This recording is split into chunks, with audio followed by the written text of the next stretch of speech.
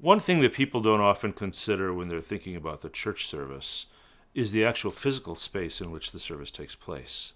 It's actually a very important topic because a building can either serve its function well and enhance what's going on, or it can serve it poorly and detract from what's going on.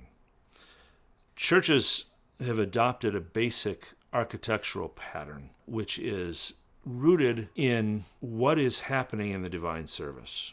So the center of the church, the focal point of the church, if you will, is generally the altar at which the body and blood of Christ are served to the people.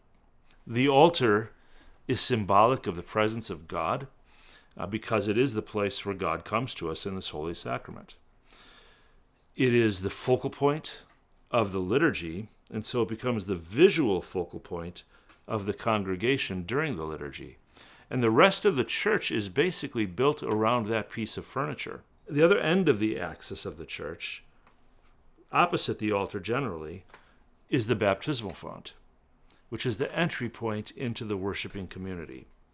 So in our church and in many historic churches, that baptismal font is right at the entrance to the church. In the ancient church, this was often even a separate building outside of the church that people had to pass by before they got into the church building itself. In our congregation, we still have that same ceremonial movement, that to enter into the worshiping assembly, you first have to pass by this baptismal font, which stands almost as a barrier to your entrance. But it's a barrier which you pass through by being baptized into Christ.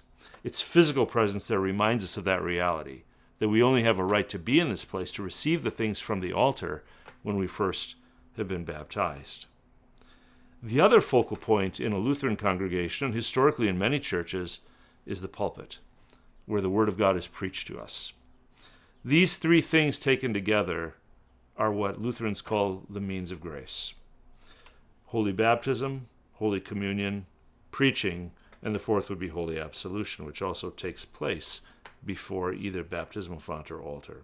These basic spaces in the church, furnishings in the church, are the thing around which the rest of the building is formed.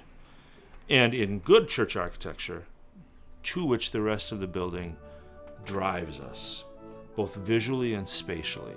So there's movement to and from these places, and they are always in the line of sight.